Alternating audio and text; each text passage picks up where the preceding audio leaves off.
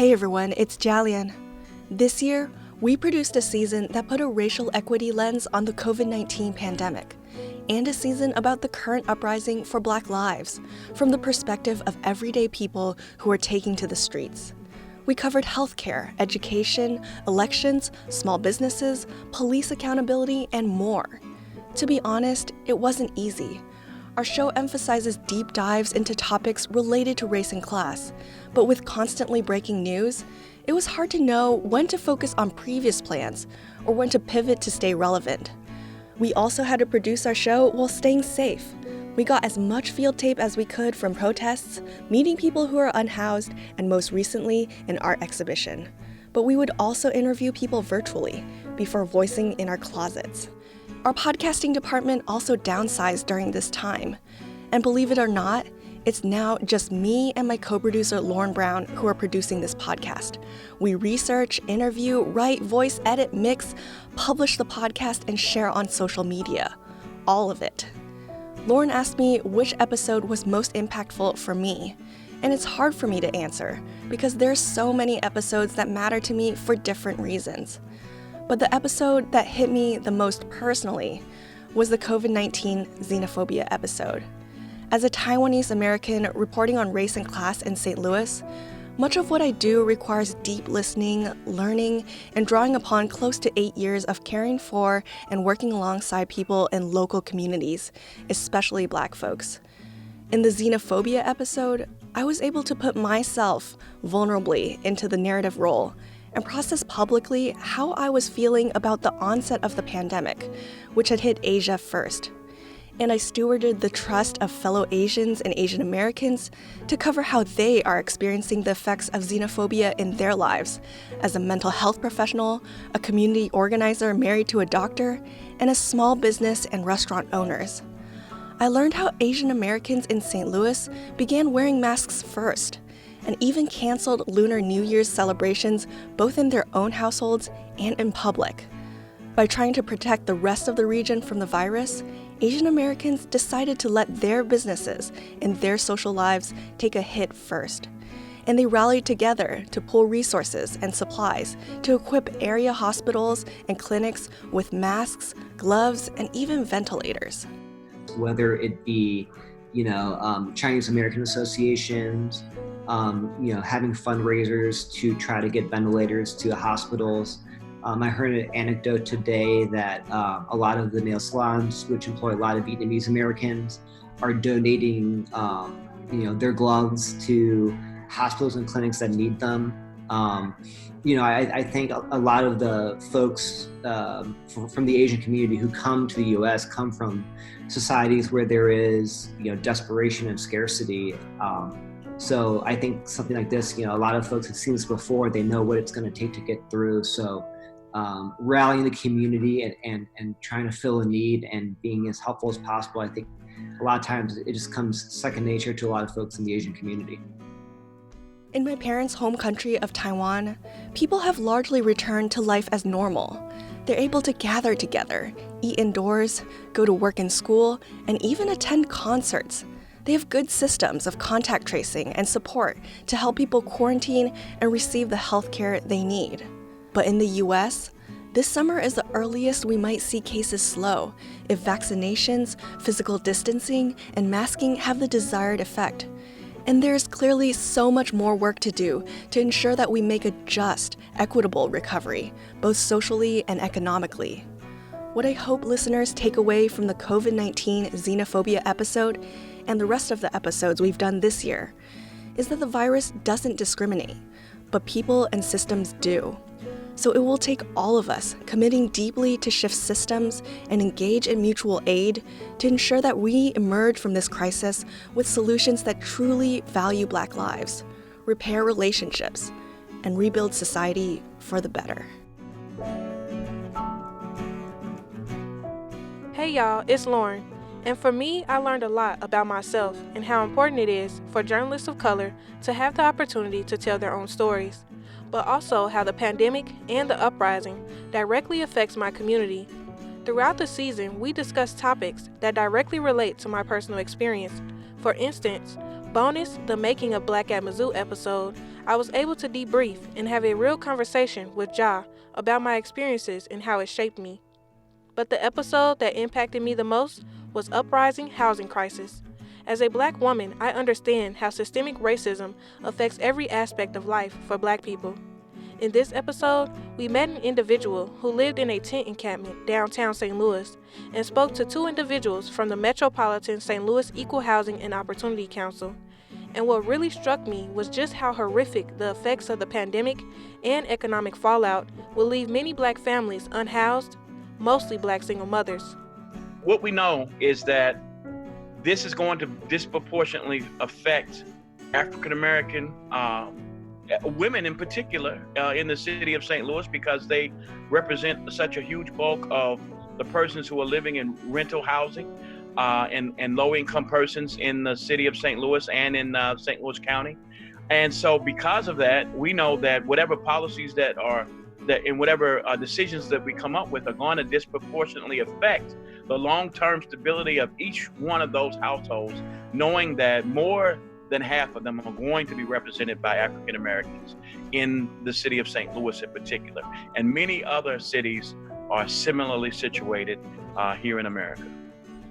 We learned that 1 in 4 black families in the city of St. Louis is experiencing a housing cost burden, which means over half of that household's monthly income goes to housing, and how even the threat of an eviction can put you at risk of searching for adequate housing for years.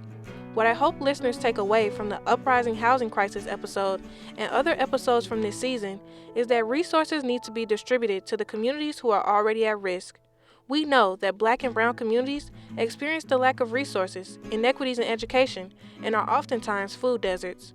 And the effects of the economic fallout from the pandemic will only increase those inequities. It will take putting a racial equity lens on all matters of systems of oppression to create a better society for all.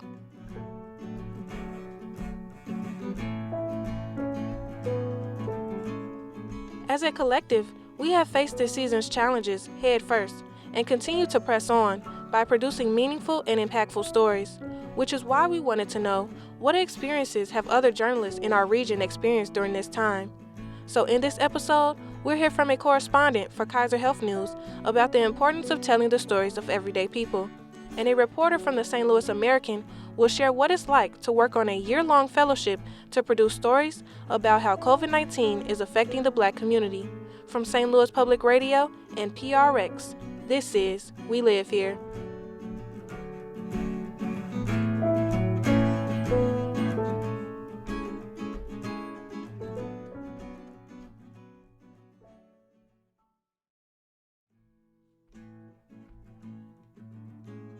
News stations across the country are working around the clock to push out stories about COVID-19's impact on education, economic fallout, and more. But what about the journalists working hard to bring you heartfelt, character-driven stories about uplifting communities during a pandemic and a renewed uprising for Black lives? To help you understand the thought and intention that goes into bringing those stories to light, we spoke to Kara Anthony, Kaiser Health News' Midwest correspondent, about her passion for people and working on stories about complex issues her community is facing. I'm a person who really covers people, and I'm a people-first person. And so the pandemic really presented a real challenge for me because I was so used to being what they call an old-fashioned shoe leather reporter, going out, knocking on doors, meeting people at community meetings, going to their churches, going to their gyms, wherever, the library, just coffee houses. I mean, that was my style, and I really thrived that way. And then everything stopped, and it just sent me for a loop. I really had to figure out, how do I do my job? How do I reach people in a pandemic? While she worked on finding new ways to reach people, she realized that living in a multi-generational home gave her a unique perspective on the pandemic. Because I'm living it and I'm with two 70-plus-year-old people, being my parents, who are in the house, they are high risk. I'm looking at and I'm covering these things and looking at it from the perspective of, what can I tell and share with communities, but also like, how am I going to take care of my own house? How am I going to make sure that it's really keeping them alive in a way and still doing my job? And so it was just really a challenge, I think, and it still is. And covering stories about a pandemic comes with its challenges, like getting equipped with PPE and taking preventative measures to ensure safety on the job. So many reporters are so smart and resilient, and they're getting the job done, and we're doing it safely. I've had N95s mailed to my house, I think twice now, constantly keeping in communication with my editor about how things will work. So we're doing it. It's hard though. But that isn't the only challenge. During the pandemic, we experienced the loss of Black lives to police brutality, and Kara says Kaiser Health News made it a priority to cover the double pandemic affecting Black people at this time. There was obviously people were getting sick with COVID-19, but what made us different is that immediately once I raised my hand, my editor and I started talking, we recognized that we needed to talk about the social injustice and the uprising that was happening and the revolution that was happening. And so a lot of my stories in some ways have covered the other pandemic in a way. I had a story that was published by Time magazine about the rules that Black people live by that are unwritten. This is, again, happening in the middle of a COVID-19 pandemic, but still an important issue. I've covered stories that talk about Black women being in a blind spot, getting into the ideas of intersectionality and why we aren't talking about police brutality as it relates to Black women, as much as, Breonna Taylor also happened, this year. And so I think that that's what's making us unique, is that we're recognizing different experiences that different communities are having, because everyone's digesting this pandemic differently. And helping people digest what's going on in the world right now is something that Kara knows all too well, being a single mother of a 4-year-old who sometimes asks the difficult questions. So my daughter was 3 when George Floyd was killed by a police officer. And there were, obviously the nation erupted. We were seeing fires, like literally fire everywhere. We were watching the news one night and she asked me if I was going to call the fire department because she was nervous that our neighborhood was on fire. So I had to explain to Lily, like, we're watching television. What's on television necessarily isn't right outside of our front door. And so we jumped over that hurdle and we talked about that, and I'm trying to remember, like, she's 3, but for a 3-year-old, you're seeing fire constantly on television. It is logical, like, just somebody needs to call the fire department, right? Explaining the effects of the uprising is just one example of how hard it can be to understand the connection between police brutality and health policy, which is why Kara says cultural competency is important. I'll just be really clear about this, that racism affects health policy, period. So it's like, if we don't have people that recognize the needs of our community, and if there are barriers there, then we don't have representation, like that's when the two things start to collide, right? So I don't have people in office who are representing me, who could probably help to advocate for me, to give me the community the resources that it needs. And so it's like, it's a double whammy, and it comes at you and it hits you really hard. And so I think sometimes it takes the public a little while to realize that that's happening. Sometimes that's even new for me, even coming to that, I guess, having an awakening there, that it is, that all of these things are connected and they're intertwined. To help people understand the connection between the two, she went back to a familiar source, Darnell Hill, a mental health caseworker in St. Louis, who she previously interviewed for a story about gun violence in St. Louis. We've been focused so much on COVID-19, but gun violence in St. Louis and around the country, it's still happening. We're still losing children. We're still losing adult men and women, and it hurts. And so early in the year, though, we had published that story, and but I didn't use Darnell in that particular story. And again, like, we cover health policy really well, but I'm a people person. And so I was trying to remember, people that I had interviewed that might help me tell a larger story about this dual pandemic. And Darnell came to mind. While reconnecting with Darnell for her story, Just Make It Home, the unwritten rules Blacks learn to navigate racism in America, she acknowledges that stories about the Black experience have been undervalued for years. As much as I am excited about these things and I can speak with them with enthusiasm because I finally feel like our voices are being heard and people are paying attention to, it pains me that it took all of this for people to pay attention, you know? And so that's something that I struggle with, I think, on a day to day basis. It's like, why are people, and when I say they, I mean the mass majority, it feels like, why are we just now being heard? You know, why are you just paying attention now?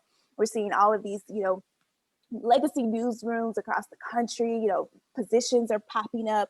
People are their diversity inclusion openings all over the country, and that's great. But it's just like, didn't you see us before? We were here before. We mattered before. But you know, at least I hope that it keeps moving forward because we are more than a trend. You know, we are not just a trend. This is not just the flavor of the week. We are bigger than that. Like, not only do our lives matter, but we are important and we are valuable. And I think that that's what I'm trying to really get across when I'm interviewing people like Darnell and going with people first stories so people can really relate. The recent surge of opportunities for Black journalists is a breath of fresh air for Kara and shows the value in journalists of color being able to tell their own stories. But she emphasizes that it's important for journalists to build relationships and trust in the communities they serve. I do enjoy not having to code switch as much. Yeah, I can kind of just go in and be myself and talk, and they understand what I mean a lot of the times, and I understand what they mean, and it's just like we all of the like respectability politics and niceties, just we don't even have to go through that, right?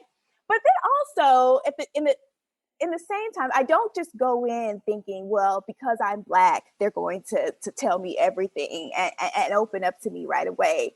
You know, a lot of times connections can be not only racial, but regional. You know, for example, I've gone to other parts of the country as a reporter, and it took me some time because I wasn't from that region. I've been a reporter in Maryland, Virginia, Indiana. You know, I recently had a homecoming to Missouri and Illinois, but it really does take time to build trust. So I don't want to, you know, make it sound so easy peasy and say like, oh, a Black reporter can go in and cover a Black community and do it really well. Yeah, a lot of times that does happen, but I think it's more so about being culturally competent. And when you're culturally competent, you know, really you can go far in any community if you choose to study and respect the people that you're interviewing. And a quote from a childhood friend helps drive home not only the need for more journalists of color, but opportunities for Black people in all areas. Black people belong everywhere. People of color belong everywhere, not just in certain positions and not just one at a time, because that's tokenism, right? We don't have to go down that road, but you know, I think that that's what I am starting to really embrace and realize, like that there should be more than one Kara Anthony in a room at a time, and that we can come together as a collective to, you know, really create change, because one person in one organization can't do it by themselves. You know, one person sitting on a board of at the school board, you know, that person, he or she can't do it by themselves. And so I think that I hope people realize that and really dig in deeper, that, you know, diverse voices and the difference between diversity and inclusion also, you know, it's like, just because you're diverse doesn't mean you're inclusive, because I've had moments where in any moment in life that I felt isolated, even though, you know, I'm the most diverse person in the room, you can still feel very isolated if there's no one speaking to you in a culturally competent way or wanting to acknowledge, you know, who you are. Juggling the effects of the pandemic, uprising, and working can be stressful. So we asked Kara, how has she managed her wellness during this time? I definitely take breaks.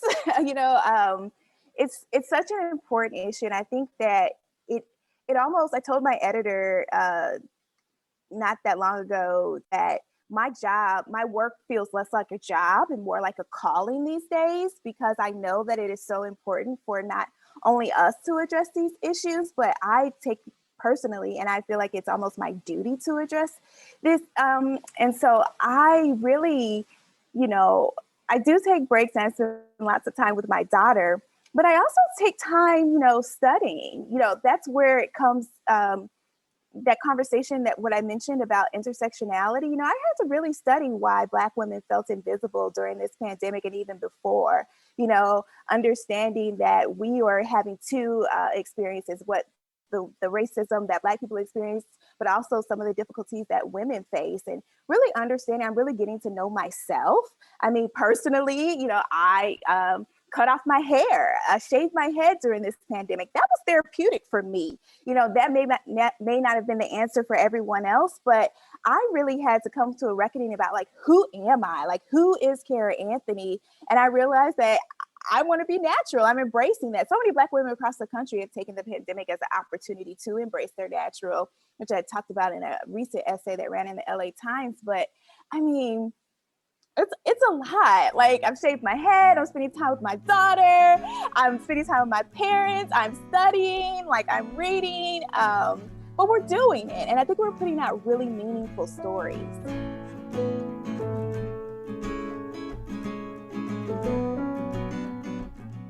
I think it's just so important, like, that we all stay safe, both like mentally and physically.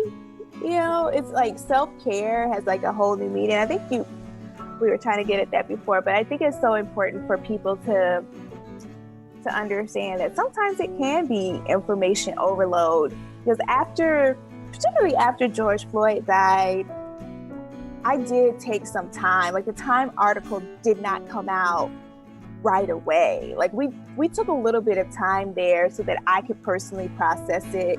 And and that's the beauty of, I think, it's working for an organization like Kaiser Health News. I can take my time a little bit more. But the same thing, like, when I shaved my head, like, by no means did I write about it the next day. Like, many months passed because this pandemic is long. And then I said, I'd like to share this experience with everyone. There's so many things that are happening right now that we've been working on for months, and eventually, but you have to take time to, like, mentally process it. You also need, like, physical breaks. I've had my own I haven't had COVID, but I've had health challenges, that I've had to deal with, because we're people too.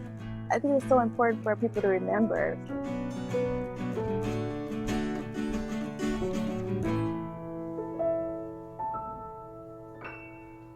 Taking those mental health breaks and understanding what people go through helps with creating more meaningful and impactful stories. But what are some of the challenges Black journalists have faced over the years? And how can we uplift and support the Black press that is essential to communities of color? Up next, we hear from Sylvester Brown Jr., a reporter for the St. Louis American, about the power of storytelling and the importance of having Black publications that the community can trust.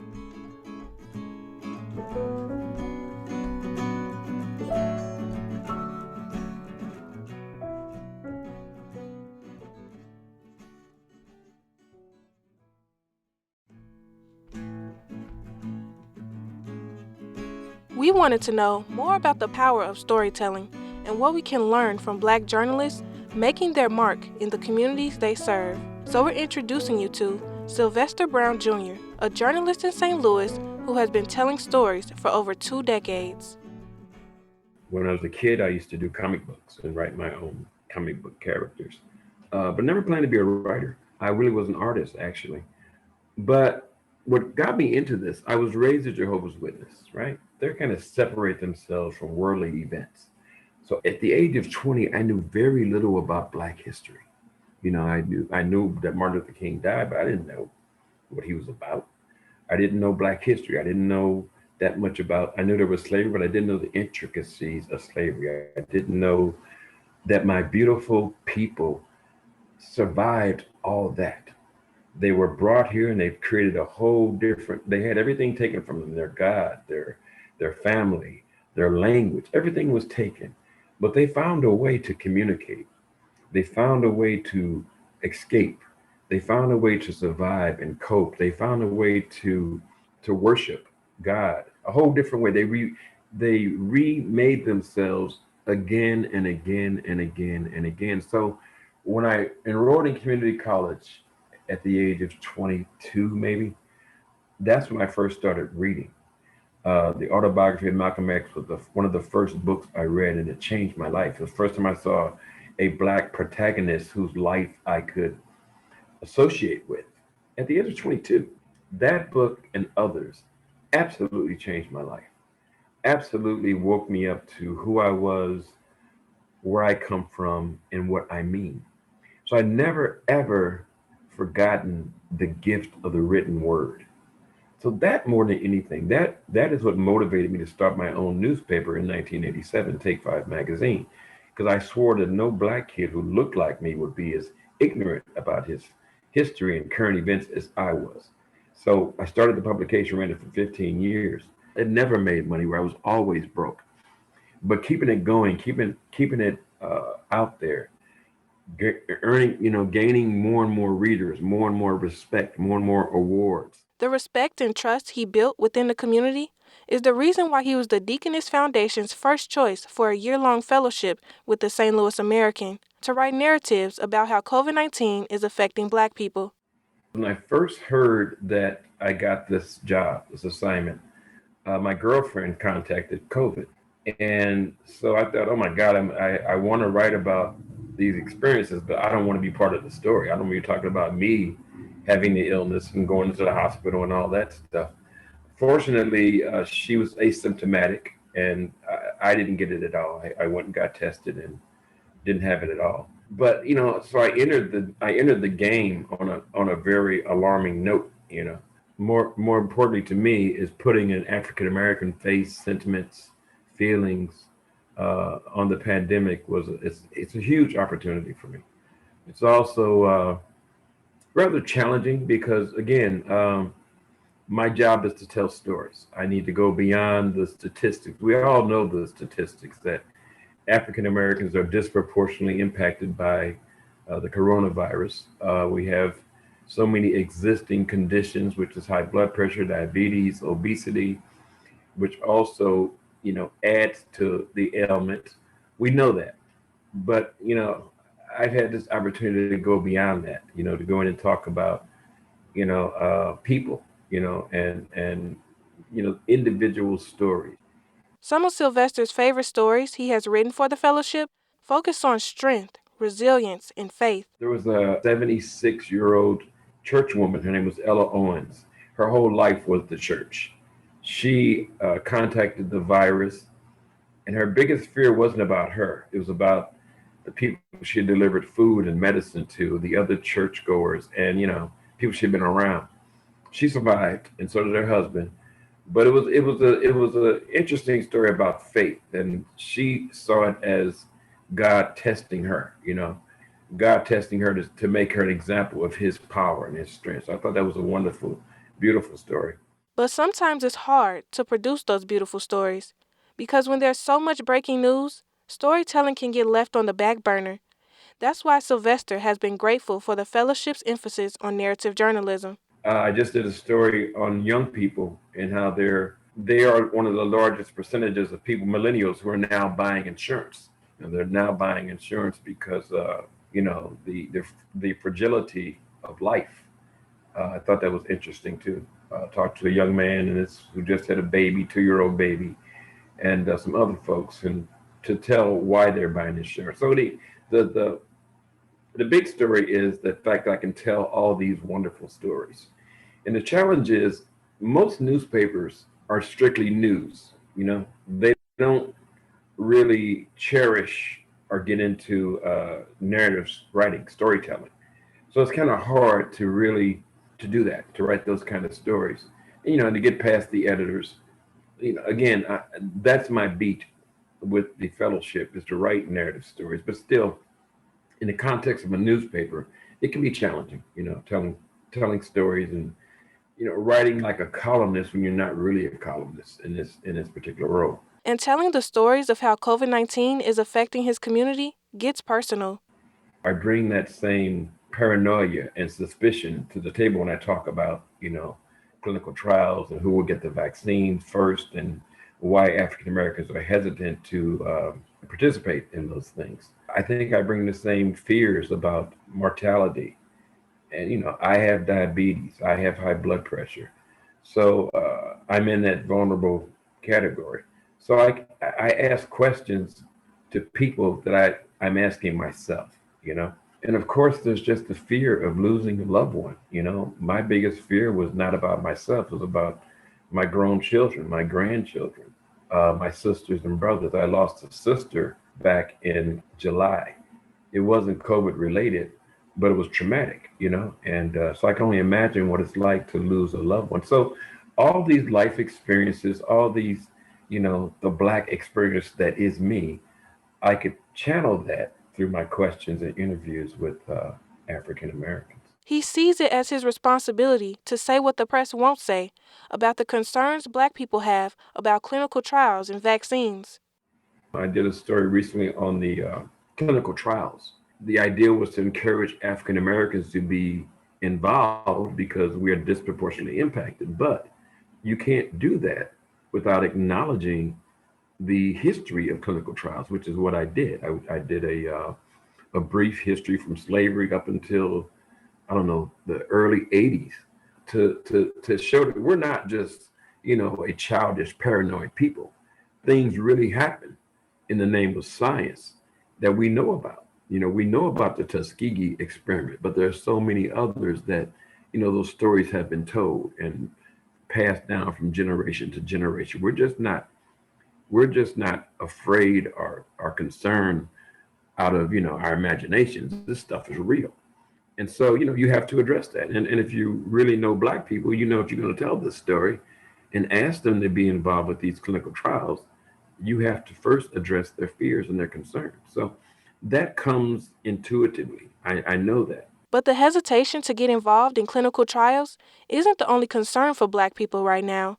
The racism epidemic during a pandemic is affecting young Black people greatly. My grandchildren are dealing with the same problem that their parents, their grandparents, and great grandparents have dealt with. So we're still dealing with the unreasonable reality that Black lives do not matter. So here you are dealing with this COVID-19 pandemic that's disproportionately taking lives. Then on top of that, you're dealing with police officers who are disproportionately taking lives. So even if you don't see it firsthand, you see it in the news headlines, you see it in the newspapers, it still weighs on your soul that, man, life, the universe just isn't fair. And I'm a kid, fresh out of high school, going to college, maybe in my 20s or 30s, and I got to walk around wondering if I'm going to lose my life to this disease, or if I'm going to be headed home from work or school and get pulled over by a police officer who is influenced by a stereotype, who automatically sees you as a danger to him. Newspapers and media organizations are still publishing oversimplified narratives about crime that perpetuate stereotypes and lack important context, history, and analysis about the origins of crime. I was looking at the Post-Dispatch a couple of weeks ago, maybe a week ago. They did this big spread on crime in North St. Louis. And it was from such a stereotypical vantage point, It to me, it didn't explore the ramifications and the things that build crime, the things that major newspapers have been endorsing, tearing up communities, closing schools, moving Black folks from one neighborhood to another neighborhood, breaking up stability, breaking up history. When you close a school, you close a community. But Black crime isn't a mystery. It is the result of disinvestment and oppression. White reporters who don't understand that fail to ask the right questions. So we keep attaching this mystery to Black crime and ignoring the fact that if you take and take and take and take and beat down, somebody's going to, sooner or later, you're going to have a rebellion, a societal rebellion. You got police officers killing people. Without law, there is no order. So the analysis is always from a subtle what's wrong with you people perspective is never from a perspective of shared humanity. You know, what would you do, white reporter, if you had no options when you were a kid? If they were locking up your parents, your uncles, your cousin over decades, if you had folks returning from prison because they're caught up in the prison industrial complex, what would your community look like? They don't ask those questions. These stories about black crime that are often told through a white lens are why Sylvester says it was a challenge for him to write for a white-led organization like the St. Louis Post-Dispatch back in the early 2000s. When you're with an institution, most times they want you to be a team player. And what I found at the Post Dispatch was I had to challenge some of the stories and the articles that they were printing. And they didn't appreciate that. They would do stories from their perspective. They would assign guilt from their perspective. And all it takes was just a little journalistic integrity to find out that there's much more to that story. But one of the most powerful stories he wrote during his time there humanized a young man and changed the outcome of his life after a terrible accident. After the young man confided in Sylvester, another black man, to get the story right. I think it was 2005. This young man he was driving on a rainy street, and he lost control of the car, wound up crashing into a group of churchgoers going to the Powell Symphony Hall. He killed the priest, and he seriously wounded two nuns. Police automatically said this guy stole a car, was brandishing a gun, and it was a hit and run accident. They assigned guilt to this person. Fortunately, a lawyer that I knew called me and said, Sylvester, this young man who's wanted is in my office. He wants to turn himself in, but he wants to talk to you first. So I was allowed to go talk to this young man, hear his story. He was a wannabe rapper, just got a contract. Friends tried to rob him. He jumped into his car. Tires were bald. The brakes were bad. Car went into a spin. He went through the windshield. He woke up with a bunch of people screaming at him. He ran away. When he called me, he told me, he had no idea he had hurt people. He was horribly mangled, teeth knocked out, swollen face. But he wanted to turn himself in because his mother was killed the year before in a hit and run accident. His 2-year-old son was killed by his 5-year-old nephew because they picked up a gun. So this kid was traumatized. And he said, the child who killed my son, I have not forgiven him. So I know people won't forgive me. I wrote that story the way he told it. Turns out, the car was bad. He was being chased. Police just made up a story about him having a gun and brandishing a weapon. Made it up. The beautiful thing was during his trial, the church came out to support him. They gave testimonies saying, Father such and such would not want you to suffer. Sister this and that, they would forgive you. The judge gave him like 6 months probation and assigned him to do community service work at that church. That story was one of the most profound stories I'd ever done. That's when I realized there is so much power in the printed word. Just by telling that story, I showed the human side of this kid who had been depicted as a murderer. The church picked up on that, and they forgave him. His penance was to serve his time at the church. So I think of all the stories I've done, and there's several in that category, that one taught me the power of humanity. Those people forgave that young man and gave him a second chance. It's incidents like that that remind me that I have a gift. And that kid, that lawyer who called me, trusted I would tell the story. And that kid poured out his heart and told me everything, not to get away from the crime, because he was fully prepared to pay his price. He just needed to get it out. He needed to say what really happened. He needed to talk about his pain. He needed to talk about his guilt for killing somebody. And because he trusted me to do that, we were able to deliver that hugely humane story that changed all kinds of lives. Stories that bring out raw emotions of humanity and forgiveness are so important, and they show the true value in journalists who take time to build relationships and trust within the community. The fact that people know me and they know my history and they know my struggles and they know my family, it's well because they're speaking to a real person. They're not speaking to a stranger who's been sent on an assignment from the St. Louis Post Dispatch. Even though I am on assignment, they know me, and they know that I've been at the forefront on civil rights issues, on police issues, on economic development issues. So they know where my heart is. They know where I stand. It's very important to have somebody who is in touch with the community, who can vibe with them, who could cry with them, who could mourn with them, who gets angry with them about, nonsensical crime. I get fed up and I'm angry and I curse stupidity, but I don't let those crimes define Black people.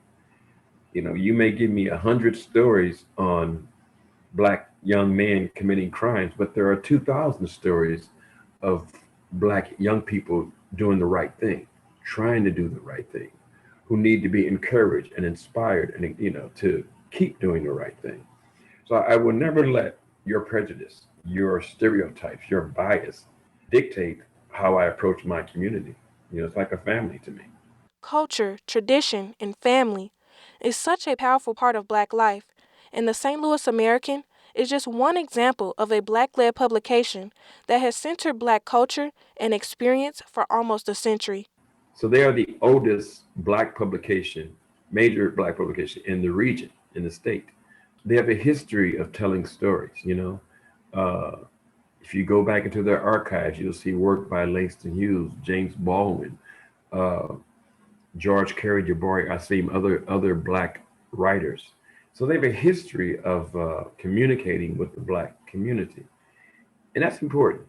I find that very inspiring. That ordinary, regular people turn to the St. Louis American for everything, not just news, but obituaries and church happenings and what's going on in the entertainment world. That is a valuable position for the publisher and the staff at the St. Louis American, to know that there's a cadre of people out there, a population that depends on you. That when they hear something in the Post Dispatch or on PB News, they're going to turn to you to get the other version. Oftentimes there is another version. So that's an honorable position that we should not never take for granted. People depend on them to tell them the truth about politics, because there's always an agenda. The powers that be are in the political powers that be are intertwined with the economic powers that be. Their interests are always first and foremost. So if you really want to get through all that, get through that maze, you need to have a trusted source. And the St. Louis American happens to be that trusted source. So we should never, ever, ever take that for granted. And Sylvester says it is the true role and duty of the Black press to empower Black voices and show the younger generation that they matter.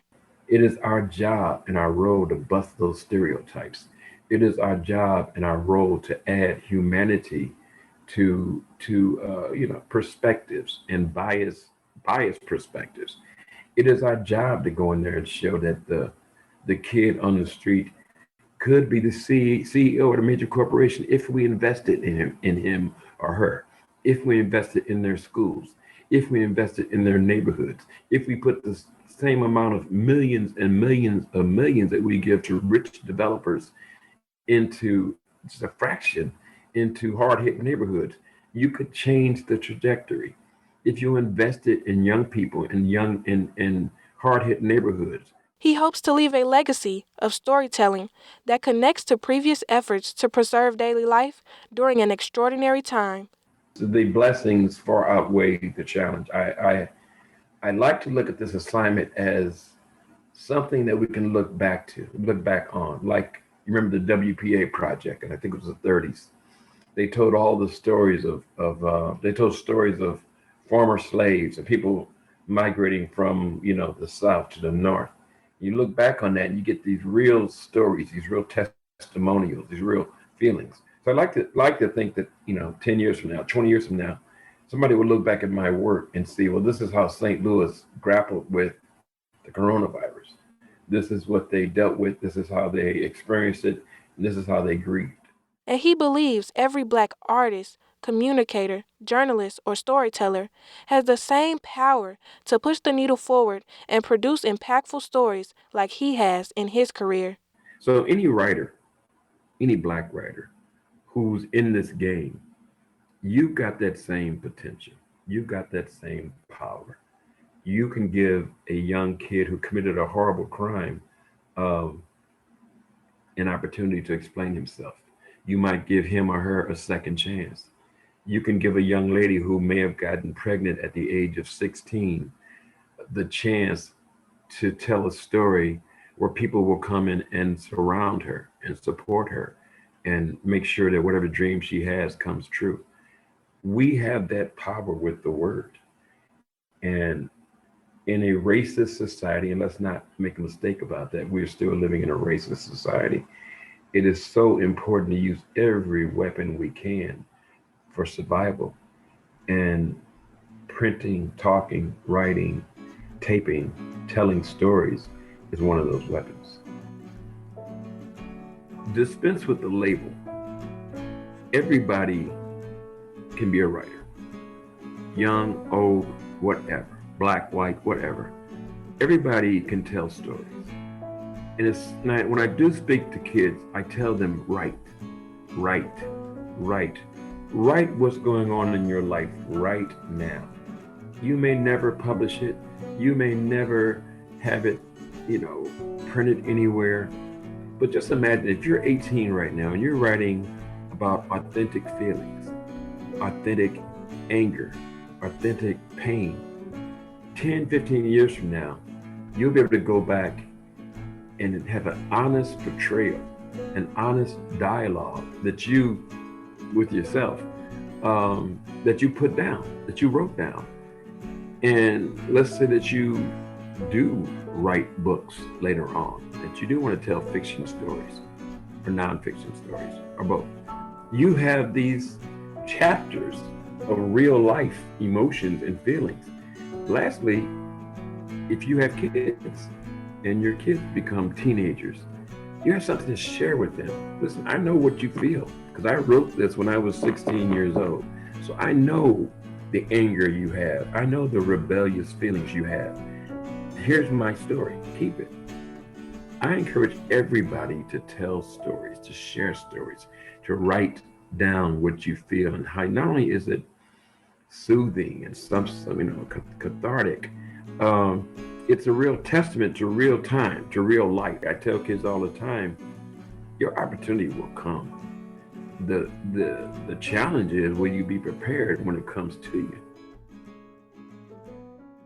What's motivating Sylvester to continue in this work is his dream of becoming a well-renowned novelist like his hero, Walter Mosley, and continuing to inspire people through the printed word. I've been writing about Black people, our experiences, our lives, trying to combat stereotypes, trying to put a face on poverty and crime and welfare and all that stuff for 30 years. So I'm well prepared to tell stories about my people. And I think being a journalist for so long in St. Louis, people know me. So I've been blessed to get people who get comfortable with me, and they'll talk about how they really feel. And they'll tell me some intimate details about their fears and about who they lost and what life is like losing these people. So I like to consider myself first and foremost a storyteller. So to be able to tell stories about my people is a blessing and a huge honor. There has been struggle. My heart has been broken. I have been not poor, but po. But this romanticism with telling stories, with being inspired by the printed word, with being able to connect with people and tell their stories, it's been worth whatever sacrifice or whatever I've gone through, and I'm still here, and I have friends and I have followers. I get paid to write. That may not last, but at this moment in this bubble, that's where I am. And again, I control it. I can decide I'm going to write a book. I might sell 5 copies, but this is my second book, self-published, and I decided I'm going to write another book, and I'm going to write a novel, and I've got more stories. So I realize that I am hugely blessed, and most of my blessings come from the written word. I want to be a master storyteller. I know that no matter how long I've been doing this, I could always be better. And there's nuances and ways to tell stories where I don't say, she told me this, or I saw this. I can tell that story and leave myself out, but still tell that story. She walked into a room, she noticed the smell of roses in the air, and she sat in front of her stove to make the family meal. We're still learning how to be better storytellers. So to answer your question, what keeps me going is the fact that I've been blessed with this simple endeavor of trying to tell stories. This show is produced by me, Lauren Brown, and lead producer, Ja Leanne Yang. We would like to thank our listeners for staying with us during this unprecedented time as we pivoted to bring you more nuanced and current stories about the COVID-19 pandemic and the uprising for Black lives. We also want to thank Trifecta and Classic Beats for providing the music for most of this year's episodes and previous We Live Here episodes as well. If you or someone you know would like to request an episode transcript, please email jyang@stlpublicradio.org with the subject line transcript request along with the episode title. We will be back in 2021 with an all-new season. Thanks from St. Louis Public Radio and PRX. This is We Live Here.